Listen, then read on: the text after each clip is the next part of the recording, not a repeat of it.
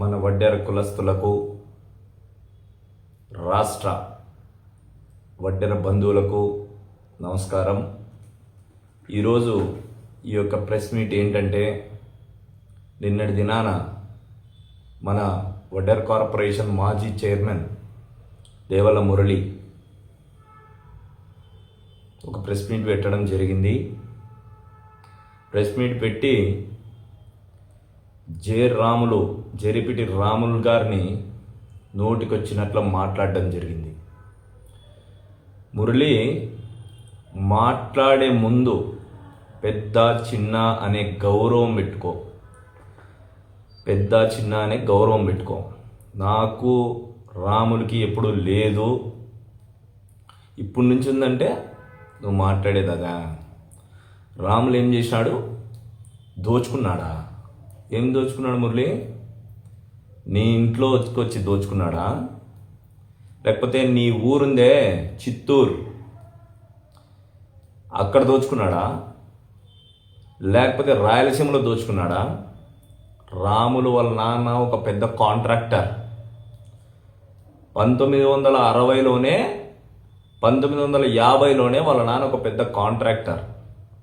BHEL అని ఒక పెద్ద సంస్థ ఉంది హైదరాబాద్లో. ఆ హైదరాబాద్ రంగంలో 1950-60లలోనే వాళ్ళ నాన్న ఒక పెద్ద కాంట్రాక్టరు. వాళ్ళకు వందల కోట్లు, వేల కోట్ల ఆస్తులు ఉన్నాయి. వాళ్ళ నాన్న 100 కోట్లు చేసినాడు, రాములు 1000 కోట్లలోకి వెళ్ళిపోయినాడు. ఆయనకి 9 థియేటర్లు ఉన్నాయి. ఆయన సంపాదించుకోవడానికి ఆయన సర్కిల్ వేరు. పెద్ద పెద్ద మినిస్టర్లు, సీఎంలతో ఆయన డైరెక్ట్గా పోయి కూర్చొని మాట్లాడేంత రేంజ్ రాములది. రాముల గురించి మాట్లాడతావా? శ్రీశైలం దేవస్థాన సత్రంలో రోజుకి ఏమన్నా 10 లక్షలు వస్తాయా? లేకపోతే 1,00,000 వస్తుందా? నెలకేమన్నా 30 లక్షలు వస్తాయా? ఏం రాములు తిన్నాడనయా మీరందరు ఇంత? నువ్వు తర్వాత ఇంకా నీ అనుచరులు, నీ బచ్చాగాళ్ళు ఏం తిన్నారు? ఏమైనా తిన్నారా? శ్రీశైలాన్ని డెవలప్ చేసిందే రాములు.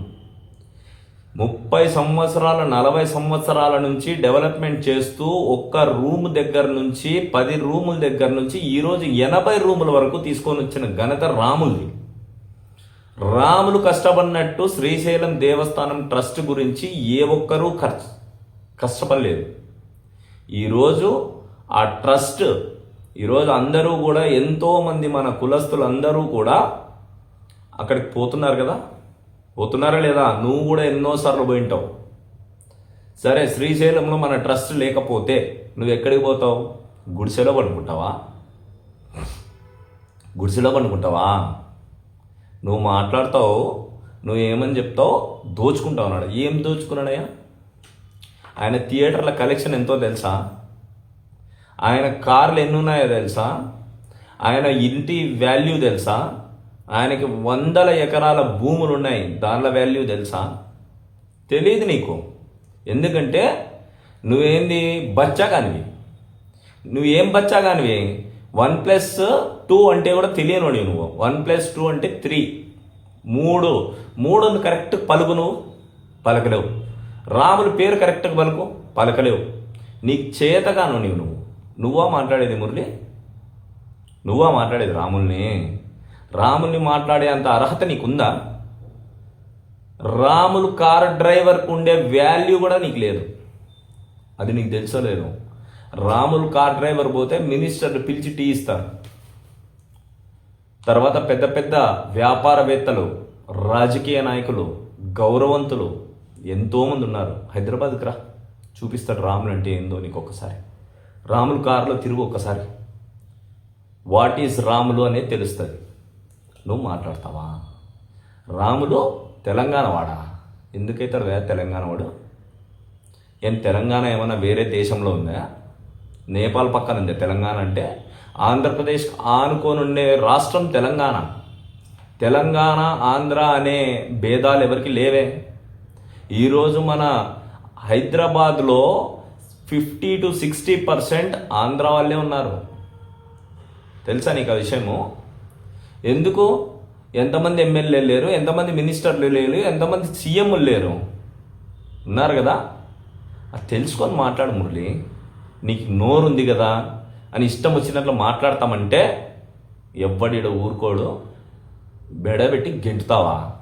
లే, నువ్వు మొగోడు అయితే, నువ్వు మీ అమ్మ మీ నాయనకే పుట్టింటే మెడబెట్టి గెంటరా. నా కొడక, నువ్వు మాట్లాడతావా? మెడబెట్టి గెంటుతావారా? మెడ పట్టుకో, ఆ మెడ పట్టుకో. నువ్వు మెడ పట్టుకునే లోపలనే నువ్వు 1000 తునకలు అవుతావురా. 1000 తునకలు అవుతావురా. రాముల మెడకు అంత పవర్ ఉందిరా. అర్థమైందా? నువ్వా మాట్లాడేది? Useless fellow. దోచుకున్నాడు, దాచుకున్నాడు, ఇవన్నీ మాట్లాడతావా నువ్వు? రామునికి దోచుకోవాలంటే రాములు ఆస్తి 1000 కోట్ల పైనే.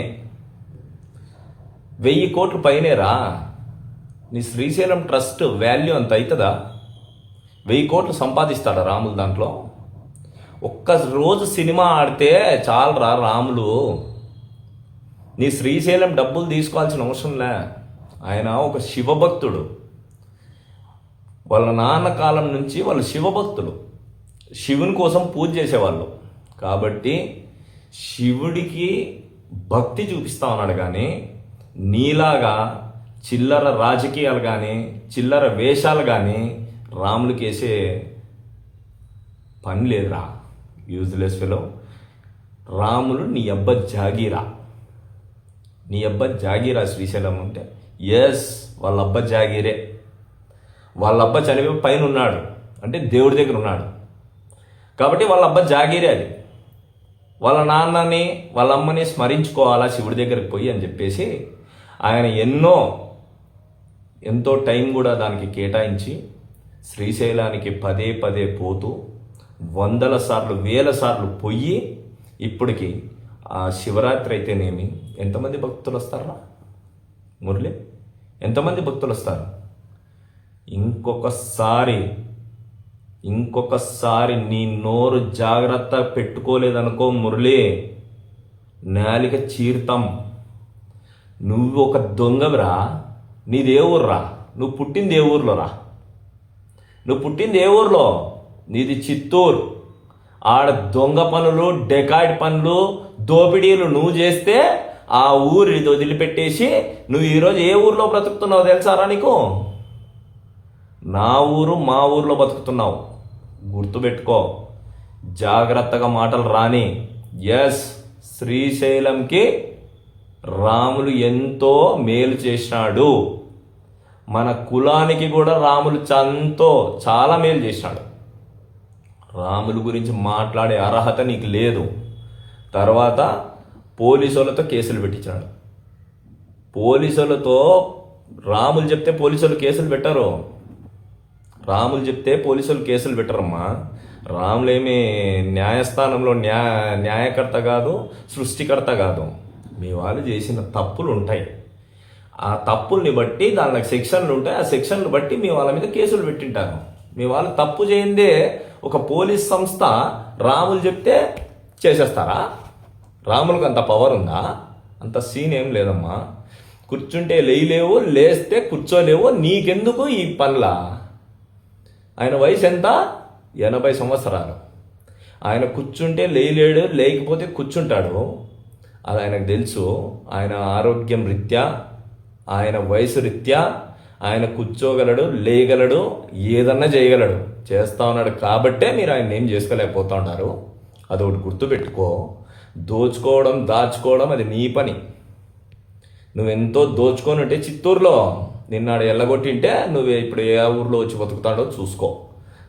1 రోజులు టైం ఇస్తున్నాం. మమ్మల్ని అందరినీ పిలిపించి ట్రస్ట్ అప్పగించాల. 1 రోజులు, నెల కాదు 10 సంవత్సరాలు టైం తీసుకో. నువ్వు ఆయన చేతిలో నుంచి ట్రస్ట్ లాక్కుంటే నువ్వు మొగోడివే.